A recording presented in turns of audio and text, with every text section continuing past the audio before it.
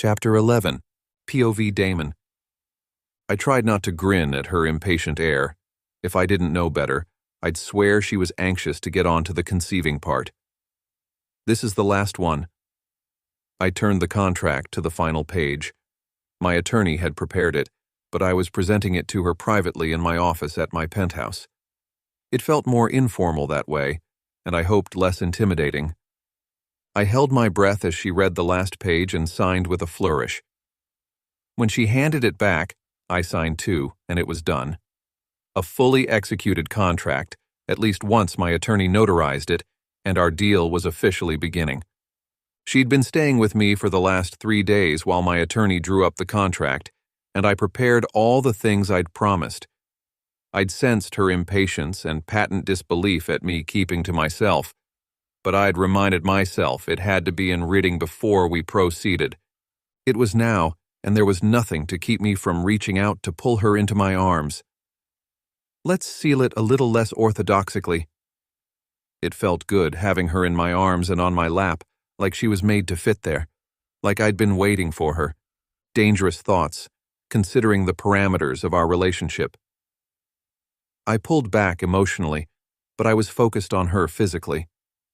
I kissed her with all the pent-up hunger I'd been trying to hide since the first night she slipped into my bed. There was no need to hold back this time, and I didn't. With a low growl, she grasped a handful of my hair and tugged me forcefully closer. I grinned against her lips for a second before dipping my tongue between them. I wasn't the only one impatient for this. I swept through her mouth, learning every niche, and stroked my tongue with hers. She mewled and shifted on my lap, her need obvious.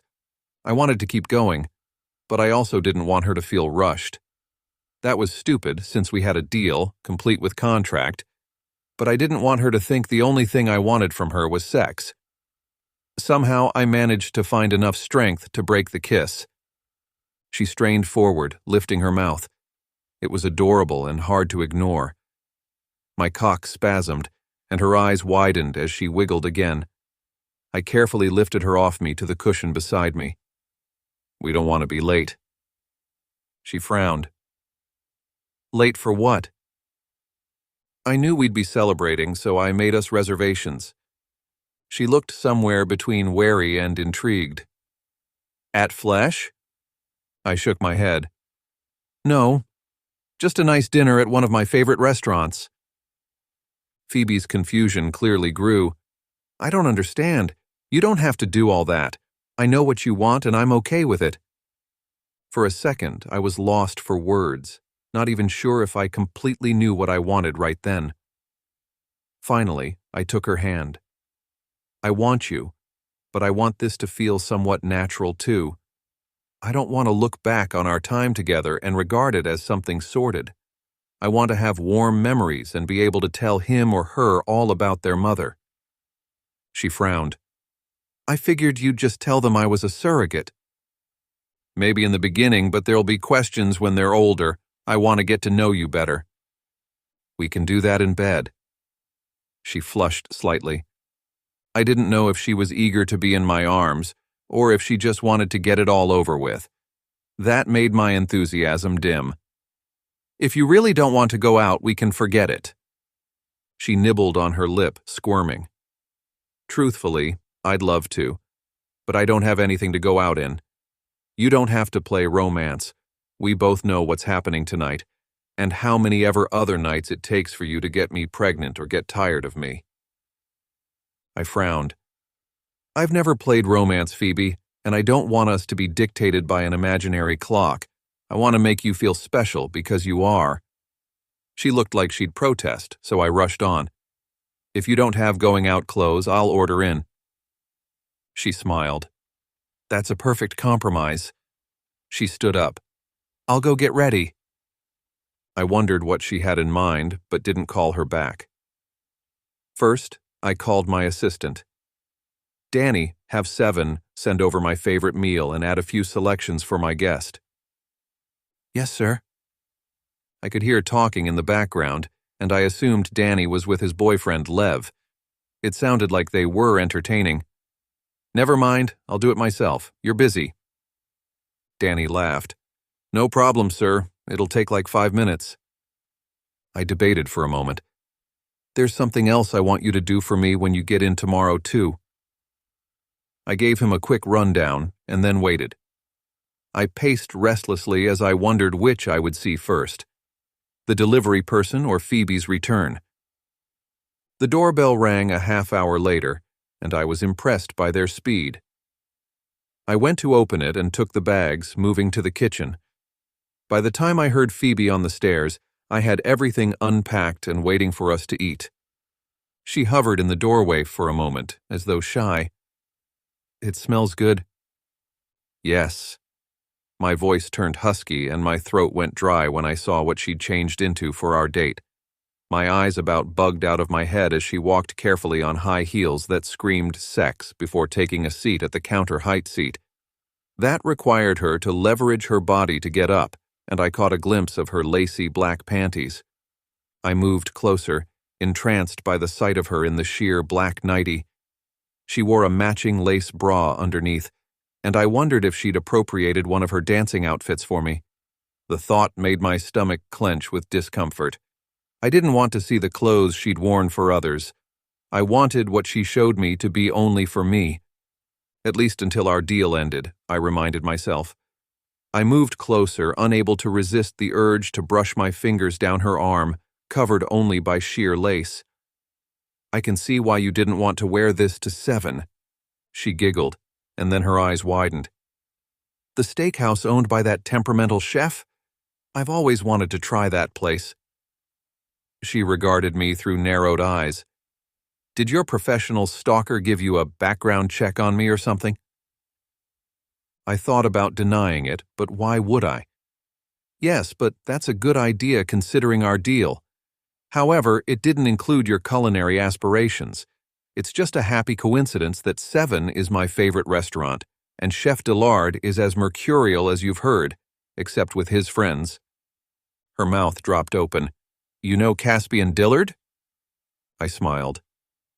We were roommates in college. She blinked, looking impressed. I was mildly amused and maybe a tad put out that the thing she found most impressive about me so far was my friendship with a famous chef. Of course, the night was young, and I had every intention of impressing her, multiple times until she was begging me to stop. I tried to shrug off the carnal thoughts when my stomach growled, reminding me I needed energy for later. Shall we eat? She nodded, and I joined her at the table. Danny had ordered half the menu, and she enjoyed a sampling of everything in front of her. I remembered to eat, but my attention kept returning to her lovely body barely hidden under her coverings. Most of the bruises had faded to mottled yellow and brown spots, and she was moving freer 4 days after the accident. That shouldn't impede her now, but I intended to be gentle when we had sex. Where did you get that tempting outfit? I tried to sound casual as I shared half a piece of the white chocolate raspberry cheesecake with her. She didn't notice anything off about my tone, apparently, or the weird hitch in my voice. A friend gave it to me a couple of years ago. She was trying to encourage me to lose my virginity, not understanding I had no time for that sort of thing. She giggled. Mandy assumed I'd make time if the right guy saw me in that, but I never had the opportunity to wear it until now. My first response was relief that no one else had seen her in it. I wanted to shout my pleasure at that, but before I could look like an idiot, I froze. Virginity? She nodded, looking up from her dessert with uncertainty. Yeah. She tucked a dark strand of hair behind her ear. I didn't know how to tell you, but I figured you should know before... My mouth dropped open. You're still a virgin? She rolled her eyes. That hasn't changed in the last minute, Santos. Her body language reflected tension. Is that a deal breaker? The proud tilt of her chin demanded an answer. Hell no. I felt like a caveman when I swept aside the dishes, picked her up and carried her over my shoulder out of the kitchen. That's fucking amazing, Phoebe. Put me down. She sounded irritated but not really angry. Even when I slapped her lightly on the bum, she laughed instead of expressing outrage. Soon. I'm going to lay you down on my bed in just a minute and enjoy the view before I dive in. I was almost shaking with eagerness. I'd never deflowered anyone. It sure hadn't been a secret fetish of mine. I'd have said I'd rather have experience every time, at least until Phoebe. Suddenly, I couldn't wait to be the first man inside her. A heretofore unknown possessive voice inside my mind roared, "Only?" But I quickly blocked it. I had gone somewhat savage at the news of her inexperience, but I hadn't lost sight of our mutual goal, or our deal. This was just an unexpected bonus I'd never expected and hadn't known I'd wanted until now. Chapter 12. POV Phoebe. I was so nervous as he gently dropped me on his bed. I landed less than gracefully and started to scramble to close my legs. Before I could, Damon was on the bed between my thighs, his mouth sealing mine. I moaned against his tongue as it surged into my mouth. It was so hard to breathe, but not from lack of oxygen. Excitement and desire whirled inside me until I felt on the precipice of fainting. Despite that, I struggled to pull him closer, wanting even more of his mouth. He indulged me for a moment before finally pulling free. He didn't leave, though. He just trailed his tongue across my cheek to my ear. He started to nibble on my lobe, and it was unbelievably arousing. How could one part of my body, not even a sexualized part, feel so amazing under his tongue? Damon. I shifted restlessly, needing something. He responded by taking my wrists and placing them above my head. He held them in one hand while he leisurely explored my ear and then my neck. When he left a wet trail through the sheer fabric, I held my breath, waiting to feel his mouth on my nipple. A second later, his teeth lightly raked me through the lace bra, and I whimpered again. We'd officially gone past any base I'd previously reached with boys in the past, and I didn't want to savor it. I wanted so much to rush in recklessly. I wanted the sensations to overwhelm me and blur into an intense period of bliss. Slowly, he released my hands, and I started to lower them. He gave me a stern look. "Leave them there for now. I don't want you distracted."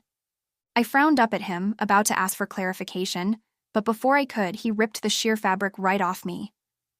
I muttered a small protest, but I didn't have any real attachment to the garment, other than it being from a friend who'd moved out of the city a while ago. "Damon, please?" "Please what?"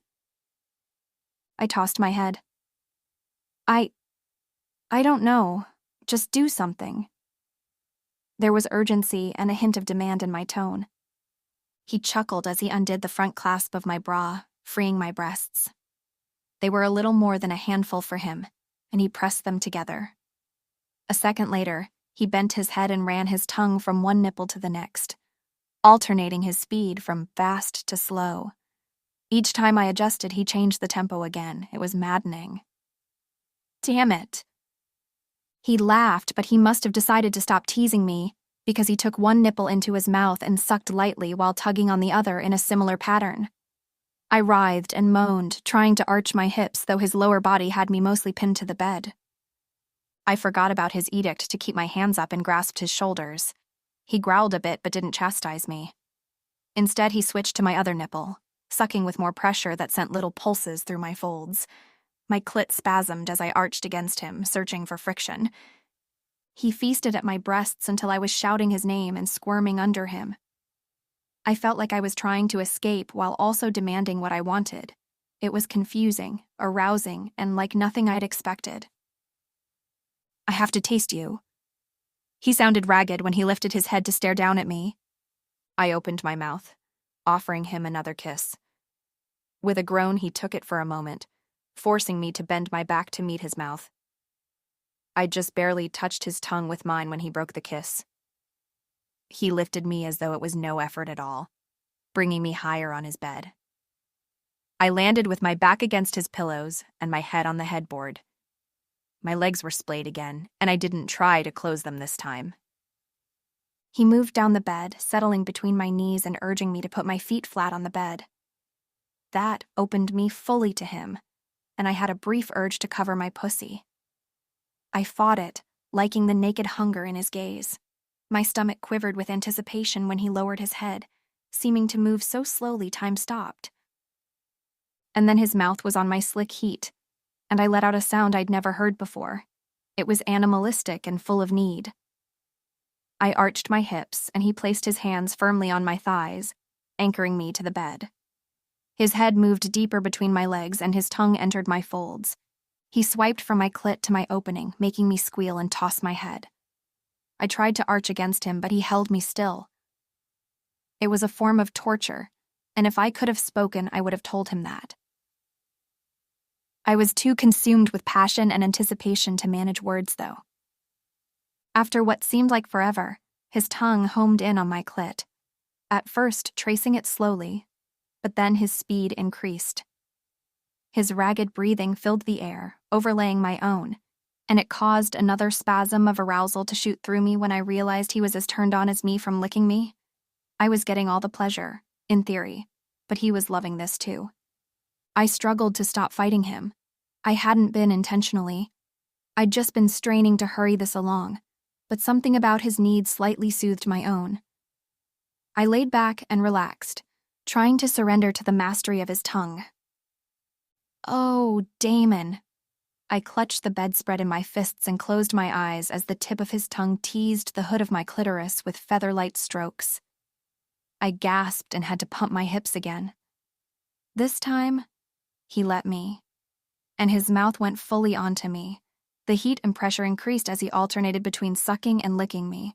I couldn't hold out against that. My orgasm crested, and I shouted his name as I came. My body shook under the intensity of the release before I collapsed, feeling boneless. It was only when he started licking me again that I realized he wasn't done with me yet. I rode the wave of pleasure again, and when my pulsing flesh finally stopped thrumming, I opened my eyes. The sight of him watching me from between my thighs sent a new jolt of arousal through me. He started to bend his head again, and I said, "No." He frowned. "It's never too late to change your mind, is that what you mean?" It looked like he was in pain as he asked, "No." My tone was softer now. "I want you to feel as good as I do.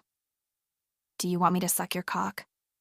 I tried to sound worldly, like I talked that way in a guy's bed every day, but the fiery blush in my cheeks surely gave me away. He smiled, and it held a hint of indulgence but no condescension. "Not right now. I want to be inside your cunt." I flinched at the word. He moved up the bed, and I was shocked to see he'd stripped out of his clothes. When had that happened? It must have been when I was blissed out between orgasms. Maybe he'd been divesting himself while going down on me. I didn't think that was the case, though. I was positive I'd had his full attention throughout, since he'd responded so well to my reactions, giving me exactly what I needed. "You don't like cunt." I started to say no, but then hesitated. It's pretty insulting. Depending on how you use it. I'd never call you that, but I can admire your pretty little cunt and wonder how tightly you're going to squeeze me.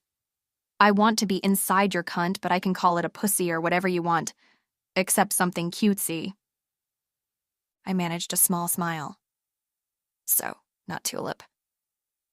He laughed, though he was clearly straining to stay on the topic. "I'd prefer not to." "I think I can get used to cunt." I flushed again when I said it. I'd never had any reason to utter it aloud before. "I can get used to this cunt, and easily." He squeezed my folds and rocked the heel of his hand against my clit, sending another jolt of arousal through me. "Do you think you're ready for me?" I nodded but hesitated as he sat up, fully exposing his cock for my inspection. My mouth went dry, and I realized the few pornos I'd seen had set me up for the wrong expectations. And weren't they supposed to be using well-endowed actors? Damon was seriously packing, and I felt a little trepidation. I knew how the biology worked, but I was still nervous. Yet, I wanted him. "Yes, I'm ready." I struggled to hide any fear, certain he wouldn't proceed if I didn't appear 100% committed, and I was. Just a little anxious, too. He spread my thighs wide and laid down between them. His cock rested against my folds, and his pre-cum mingled with my own slickness as he slowly rotated his hips. "Phoebe." I looked at him, realizing I'd been staring at the wall and steeling myself for pain. Damon? I just want to see your eyes when we become one. He grasped my hips and adjusted me slightly. Then one of his hands moved between us, and I swallowed when two of his fingers surged inside me. It was snug, but it didn't hurt. He thrust in and out of me with those digits a few times until I was loose around them. I tensed slightly as he grasped his shaft to line up with my opening, and his hand on my hip petted me in a soothing motion that had me relaxing. Once all tension left me, he guided his cockhead inside me, letting it rest there for a moment. He rocked his hips, entering another inch. How's that? Not enough. Impatiently, I arched my hips. I sucked in a deep breath at a sharp pain, and then he pushed past the barrier and claimed me a moment later. There was an even sharper pain, and I whimpered. Too much. I know, baby. He pressed his lips to my forehead, and he was obviously doing his best to maintain control. I just want to pound in and out of you, but we're going slowly, okay? You're going to come around my cock before I ever let go, and I promise you that. It sounds more like a threat, I moaned. It hurts. I know, and it's going to hurt more once I start moving, but then it'll get better. He met my eyes. Do you trust me? Yes. No lie there. I hadn't known him long, but I instinctively trusted him. Even when he withdrew before surging in again, causing more pain, I clung to that trust and his promise it would get better. I was sure I couldn't handle it with the third thrust, but then something changed. He arched in and out of me, slowly increasing his pace, and I adapted to that overly full feeling. Suddenly, my body was slicker than ever, clearly wanting him and making a path, and he slid in and out easily. I thrust back against him, wildly uncoordinated in my motions. He settled me with a buck of his hips, adjusting our pace. My body knew what to do and adapted to his rhythm. When he stroked my clit, it caused that low ache of need to hum brighter, and I rocked with him as he thrust in and out of me. Sweat on his brow and his clenched jaw revealed how hard he was holding on to his control, and I just wanted him to lose it. Acting on instinct, I tightened my pussy muscles. Bad girl, he said through clenched teeth. As though punishing me, he started rubbing my clit hard. I thought it was too much, but he wouldn't let me move away. After a second, the pressure was just right, practically hurling me over the edge into another climax. Damon! I know, baby. His hands went to my ass, lifting me and clutching me tightly to him. As my body spasmed around him, his cock started to twitch. A second later, a burst of his release filled me, followed by a few more. There was something primal and pleasing about having his cum inside me, and I clung to him. I didn't know how long we stayed like that. I was too lost in the aftermath to pay much attention to anything. He lifted and carried me from the bedroom. For a moment, I thought he was taking me back to my room. But then I felt cool tile under my skin and heard the sound of water. I opened my eyes, giving him a languid look full of questions I had no energy to ask. A hot bath will make sure you don't hurt too much later. I smiled. You're sweet. He flashed me a sharp grin. This is mostly selfish. I want you to avoid soreness as much as possible because I'm going to live in that cunt for a while. His crude words should have offended me, but they just made me sigh with pleasure instead. I didn't resist when he lifted and carried me into his tub, holding me on his lap. It felt nice to have him take care of me this way after he'd taken such thorough care of me in a different way just moments ago. I curled against him, pretending like this would never end. Chapter 13. POV Phoebe. I didn't know what to expect the next morning. I woke up feeling awkward about everything, but I didn't have a chance to reveal that. He was already gone. I smothered my disappointment and got out of his bed with a sigh. Moving through the adjoining door, currently unlocked, to the ladies' room, I took a quick shower and dressed in casual clothes. When I went downstairs, I smelled coffee. I assumed he'd just have the coffee maker going automatically and would already be headed to work, so I was surprised to see him in the kitchen, preparing pancakes. I tucked a strand of hair behind my ear. Hi? Suddenly, all I could think about was that his mouth had been pretty much everywhere all over my body, and he'd been inside me. How did I pretend to be blasé about that? He gave me a gentle smile as though he understood. He patted the counter near where he cooked, indicating I should take a seat at the bar stool. I did, still feeling shy. It smells good. Thanks. He nodded to an envelope on the counter. Gotcha something. I moved it closer, opening it slowly to find a bank book, and checks from what I presumed must be his bank of choice, but in my name. I looked up in confusion. What's this? He'd already deposited the money into Tabitha's trust. For living expenses, I told you I'd give you an allowance. I frowned. I think you put in a few too many zeros. I'm going to be with you a few months at most, not 100 years. He laughed. Sorry for being too generous. You can always return what's left. Okay. I felt a little weird taking the money, but I tucked the envelope into my pocket. That reminds me. He trailed off as he reached into his pants and handed me a black Amex card. This is for a new wardrobe. You need to be able to go out with me to places like 7. Oh. I could just use the bank ec. I trailed off and took the card. It was pointless to argue. Even if I went crazy, I didn't see how I could possibly spend all that in just a few months. Maybe it was supposed to include the money for my living expenses after I fulfilled the contract. It still seemed excessive, but what kind of idiot argued about getting too much money? Like he said, I could return what was left at the end of this arrangement. My stomach clenched uncomfortably at the thought, and I pushed aside the reaction.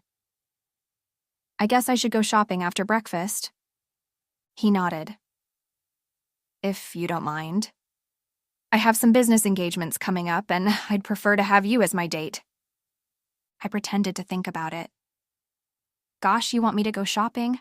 That's such a horrible thing to ask of me. I grinned. I think I can manage. Good. He slid a stack of pancakes my way. I dug in, closing my eyes with pleasure. Yum, these are amazing. They definitely weren't from a mix. He nodded. They are. Caspian taught me that recipe in college. I smiled my approval, and he soon joined me. After a hasty breakfast on his part, he was out the door, and I lingered over a cup of coffee. I carried it through the apartment as I tried to structure my attack plan for the shopping ahead of me. Part of me was excited, but part of me dreaded it. I didn't know much about fancy or sophisticated clothes, and haute couture wasn't in my wheelhouse. I was afraid I'd select all the wrong things, but at least they'd be expensive, right? With a sigh, I finished my coffee and left the apartment. When I got downstairs, I hailed a cab and went to the fashionable shopping center I never frequented. With some trepidation, I entered the first store. I half expected a Pretty Woman experience, since I wore joggers, a hoodie, and a t-shirt. But the sales clerk must have seen that movie because she treated me like I was dressed to the nines. She had no trouble helping me spend Damon's money, and I soon had a few dresses and essential wardrobe pieces. She didn't bat an eye when I handed over the black Amex. I held my breath, worried she wouldn't process it since it had Damon's name instead of mine, but she didn't check. Afterward, she directed me to her friend at a shoe store in the complex, and I spent a couple of hours trying on all kinds of shoes I'd never dreamed of owning. I hadn't been much of a shoe person until then. As a dancer, I had a few pairs of ridiculous platform shoes, but those were work requirements, and I honestly hated the lot of them. They were uncomfortable and a grim reminder of what my job entailed. Shopping in the upscale store with the clerk's assistants was an entirely different experience, and I finally understood how people ended up owning several pairs of shoes. I kept it simple, ultimately selecting just a few pairs, but it was a fun experience. And I was heading back to the front to hail another cab when a lingerie shop caught my attention. I figured Damon would approve of those purchases, though he hadn't explicitly told me to buy them, so I ducked inside. For a second, one of the clerks wrinkled her nose, at least until she saw the number of bags and store names on the bags. I held.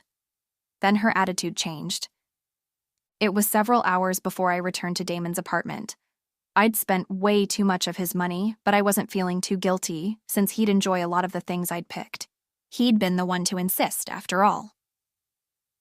I'd been putting it off, but I had to call Jack. After putting away the purchases in my room, I used my cell to call him. I'd hoped I'd get his voicemail, but he answered. He snapped his name gruffly. "Hi, this is Phoebe." "Where the hell have you been, Turlington?" He sounded irate. "You don't show up or call if you weren't popular?" "I'm sorry to interrupt, but I've been in an accident. It was pretty bad. I won't be able to dance for a while. Hopefully, I'd never have to resort to that again. I'm sorry I didn't call sooner." I guess I'll give Amber a shot." "I'll be okay, thanks for asking," I said dryly before hanging up. Jack was a real prince, but I hadn't expected anything else. At least it was done now. I realized I had a lot of time in front of me as the afternoon went on. I didn't have any close female friends to lunch with, and I didn't have enough time to go to Berkshire this afternoon and make it back before Damon returned home for the day. Today, I'd occupied my time with shopping, but what was I going to do with myself in the near future? I was going to be bored half the time. Who'd have thought making such a deal with a billionaire would end up kind of boring? Most people would probably enjoy the lack of commitment required to anything except making Damon happy and conceiving a baby. But I wasn't used to being idle. Before getting the job as a dancer, I'd worked 3 jobs. I'd worked 2 while finishing high school. What was I going to do with myself? Chapter 14, POV Damon. I was so impatient to get home to Phoebe that I left work a half hour early. Danny was clearly shocked, but he didn't say anything. On the way out the door, I asked, "What's in the immediate future?" He paused a moment to look at my calendar. "You have some meetings. Gianluca Santini wants to talk to you about doing business together. He's invited you to come to his winery in Napa." "That sounds perfect." I nodded. "Make arrangements for me and a guest. Shift my schedule. Oh, wait, I need to check with Phoebe to make sure she can get away right now." Danny's jaw almost unhinged. "You're asking a woman before setting your schedule?" I didn't bother to explain. "I'll call you with the green light in a bit." "Sure, sir." He seemed abashed, obviously worrying he'd overstepped his bounds. He was a good employee and as much of a friend as a subordinate could be, so I didn't chastise him. I was cheerful as I left the office. My driver had me home in 30 minutes, which was impressive with the afternoon traffic, and I practically bounded upstairs. It was crazy how excited I was to see her again, but I struggled to play it cool when I entered the apartment. She stood a few feet from the door, as though she'd come to greet me and then hesitated. She probably didn't know if I'd welcome that. I wasn't a fan of someone hovering, but seeing her again had my heart racing, and I rushed forward, pulling her into my arms for a deep kiss. She was breathless when I released her. "That's some greeting." I pushed back her hair. "What can I say? You look irresistible." She frowned. "In this?" Her casual outfit wasn't all that flattering, and it was the same one she'd worn that morning. It still made my cock hard to imagine stripping it off her. "Do you want to go out tonight?" She nodded eagerly. "If you don't mind. I didn't want to assume, though, so I didn't dress up." "Go do that now. We'll hit 7 if you want, or we can go somewhere else." Her eyes sparkled. "I'd love to go to 7 if you think you can get us a reservation. I think you have to be a big deal to get in there on short notice." "I'm a big deal." She grinned at me. "So you keep telling me." When she spun away, I smacked her butt lightly, imagining how it would be to do that with a supple whip. I wondered if she'd want to play any of those games, and then I realized we'd have to do anything too strenuous soon, before she got pregnant.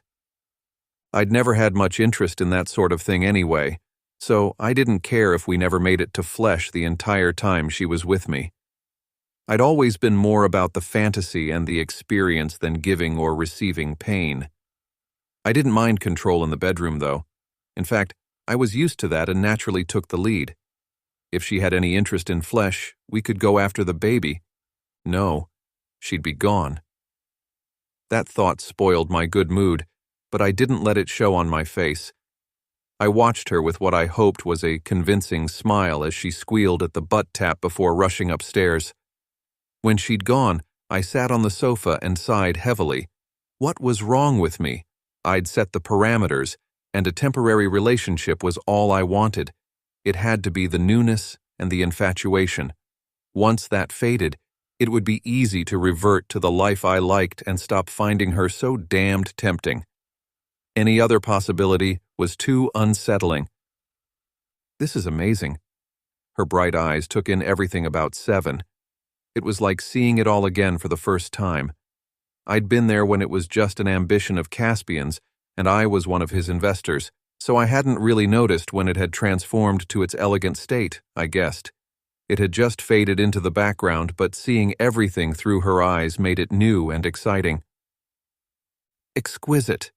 I was looking right at her, and I wasn't talking about the restaurant. She didn't seem to notice. Our server arrived, and I made a few suggestions, but I was amused when she ordered something entirely different. I liked that, though. A lot of women would have deferred to me, assuming I'd get annoyed if they didn't do as I said. I squirmed, recognizing there was some truth to that. I like to be in charge in certain areas, but what my partner ate wasn't one of them. Based on her choice, I decided to get something besides my usual, and when it arrived a short time later, it was delicious. Our meal was more amazing than usual. I doubted Caspian's quality was any better since he always strove for perfection, so it had to be the company. Her impressions were infectious, and I was seeing it all anew. Even the dessert seemed sweeter as we shared a chocolate confection and espressos. I looked up, seeing my surprise weaving his way to the table, and lifted a hand in greeting. Our server had arranged it, and I couldn't wait to see Phoebe's reaction. As soon as Caspian pulled up a chair and sat down, she hastily bit off a gasp before sending me a shocked look. A big grin followed, indicating her excitement. Caspian was a dark-haired devil with a wicked temper, sharp tongue, and some element of charm that seemed to work on all the women. I'd never understood it myself. He was a good friend, but I thought he was a hard ass. Yet he could charm the panties off any woman he wanted. I wasn't jealous, but it has always impressed me. Until tonight, when he turned on the charm for my woman. He kissed Phoebe's hand. I hope dinner was half as tasty as you are, sweetheart. She flushed and laughed. It was amazing. Damon said this is his favorite place, and I can see why. It had been. Right then, as my friend stared down Phoebe's cleavage, I was prepared to walk out and never come back. When he kept her hand and stroked the back of it, I was on the verge of demanding back my investment. I couldn't believe the angry thoughts roaring through my head just from his light flirtation. Abruptly, she stood up. Excuse me, I need to use the ladies' room. She addressed that to me with a smile that dimmed a bit when she glanced at Caspian. It was nice meeting you, Mr. Dillard. Chef, he corrected with an edge, but he seemed mostly amused. Where did you find her? At least he didn't ask that until Phoebe was out of hearing range. It's a long story. She's delightful. Is she into threesomes? I tensed at the idea. He and I had shared a couple of women at Flesh when we were younger, but the idea of sharing Phoebe instantly sent me into protective mode. No, she isn't. His eyes widened and he leaned back, but he was grinning instead of seeming intimidated. I knew it. I frowned. Knew what? She's different. She means something to you. He smiled. I'm happy for you, my friend. I glared at him.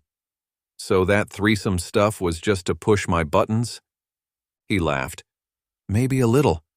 I mean, I'd absolutely be up for it if she was, but she didn't seem very interested. When I touched her thigh, I was out of my seat and had grabbed hold of his chef's coat to drag him to his feet before I could think better of my actions. I pressed my face to his. Keep your hands off her. If Caspian was frightened, it didn't show. Relax, man. She wasn't into it. Why do you think she rushed from the table? I'd be insulted if it wasn't so obvious you're both crazy about each other. I managed a calm breath, aided in my endeavor to release him by catching sight of Phoebe returning to our table. She's off limits. My friend nodded, still getting too much amusement at my expense. I can clearly see that. I don't think I have to tell you, but you should hold on to this one. I haven't seen you this animated for a long time. He pulled away from my hand, still clutching his coat. I have to get back to the kitchen. Tell Miss Phoebe it was a pleasure to meet her. Not too much of a pleasure. There was still a growl in my voice, and I sat down forcefully, not sure what had made me act in such a way. I should apologize, but I was in no mood to do so. Thanks for dinner. Any time, my friend. Caspian winked at me before returning to the kitchen as Phoebe reached our table. I was still in a mood from his daring, and I glared at the server when he brought the check a minute later. Phoebe frowned at me. What's wrong? Realizing I was behaving like a jerk for no reason, I struggled to regain my previous happiness in the evening. It didn't take long when I contemplated the rest of our evening could be spent in bed. Caspian had expressed an interest she didn't reciprocate, and I could stop acting like a Neanderthal. Assuming I could figure out how to quell this sudden surge of possessiveness. When her foot started stroking my leg under the table a moment later, that helped. I left an extravagant tip and hastily gathered her things. I was almost dragging her from the restaurant to our waiting car. I couldn't even wait for the duration of the ride to strip off the little black dress she wore and sink inside her heat. She clung to me, making breathless sounds of pleasure even when I was holding her roughly and pounding into her. I wanted to make our flesh one, and I wanted everyone to know she was mine. Right then, I didn't give a damn that I had no intention of having a long-term relationship with anyone. I was too busy making sure Phoebe knew she was mine. Chapter 15, POV Phoebe. Wow. I rolled off him and laid on my back. We'd just gone for round 3, counting the car, and I was sore. He'd been rough and demanding the first time, and then he'd been gentle, as though making amends. The last time, he'd been thorough, leaving me exhausted, aching between my thighs and already thinking about when we could do it again. He rolled onto his side and pulled me against him. Wow. I had no idea it could be like that over and over. I buried my face against his chest, a little embarrassed by the admission and the topic. If I had, maybe I'd have listened to Mandy and made more of an effort to start sooner. He let out a little growl, turning over so I was pinned under him. I'm glad you waited. I looked up at him, feeling some annoyance at the possessiveness in his tone. Why? You didn't? True. It makes no sense, but there's something hot about being your first. It makes me want to teach you all kinds of things. As he said that, he traced the shape of my ear with his tongue. I never cared about that sort of thing. Or I didn't think I did, until you were in front of me. I guess I'm a stereotypical guy when it comes to being your first. He nipped my lobe. I shivered, shocked to feel a spark of desire again already. I should have been too tired and too sore. Damon. I trailed off into a moan when he nipped my earlobe once more. I wanted to protest, but I also wanted him so much. I was just tired. To my surprise, he rolled over again, bringing me to lie on top of him. Don't worry, I'm going to let you rest for a while. I have to talk to you about something anyway. I groaned, immediately assuming I'd done something wrong. I braced myself, trying to think what it might have been. Had my dress been too plain? It couldn't have been too revealing since I'd gone conservative. Had he noticed his friend caressing my knee? I'd jumped up and practically run from the table, and I certainly hadn't reciprocated Chef Dillard's obvious interest, so if Damon was angry about that, I'd get angry too. I hadn't been the one to initiate any of that, and if he thought he could blame me for his friend's questionable behavior... Are you able to leave your sister for a few days? That hadn't been what I'd expected to hear. I had already been forming a mental defense to his angry accusations that didn't come, so it took a tick for my brain to switch gears. What do you mean? Can you leave the city?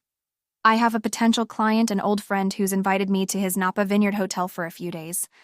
I thought we could go, drink wine, have fun, and just relax, when he and I aren't talking business. My eyes widened. You want to go to California? With me? A spark of excitement fizzed inside me. I haven't been to California since I was 11, when the whole family went to Disneyland. He grinned. I could arrange to take you there too if you want. I laughed. No, thanks. Even as a kid, I remember being annoyed with all the lines and people. That's not my thing. However, a wine trip sounds interesting. What would we do there? Drink, even though you're technically not old enough. He frowned. And you could be pregnant, so you probably wouldn't get to enjoy that side much. I pouted. Going to a winery and not tasting the wine isn't fun. How about the gourmet menus? I know you're impressed with chefs. I pretended to ponder it, though I'd agree if he really wanted me to go. The trip sounded exciting, but even if he'd asked me to come along to watch paint dry, the thought of spending more time with him would have enticed me. I do like to eat, but I can't eat all day. There are cities within a few hours, so you could shop or sightsee if I'm not free. Did I mention there's a spa on the grounds so you could get massages, a mud bath, stomp the grapes? There are a lot of possibilities, but we can wait and go somewhere else if you'd prefer. I shook my head, amazed he seemed willing to adapt his social business calendar for my preferences. Considering this was a business deal, just with the bonus of incredible sex, he was surprisingly accommodating. A girl could get used to that. But I couldn't afford to. I knew this was just an arrangement. He was probably trying to make it as pleasant as possible for both of us, but that was all there was between us. This wasn't going to turn into a fairy tale where my Prince Charming swept me off my feet and out of my old life, solving all my problems in the process. I had a feeling Prince Charming didn't offer payment and a baby contract, so I couldn't let myself pretend this was something more than what it was.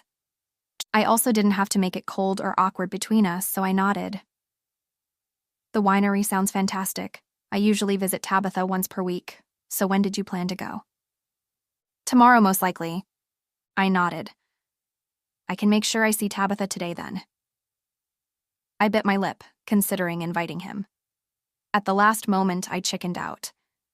If we had a real relationship, I'd want him to meet Tabitha, but since this was just business, there was no point. Will that work for your schedule? Sure. I'll send my car and driver back for you after Wheaton drops me at the office.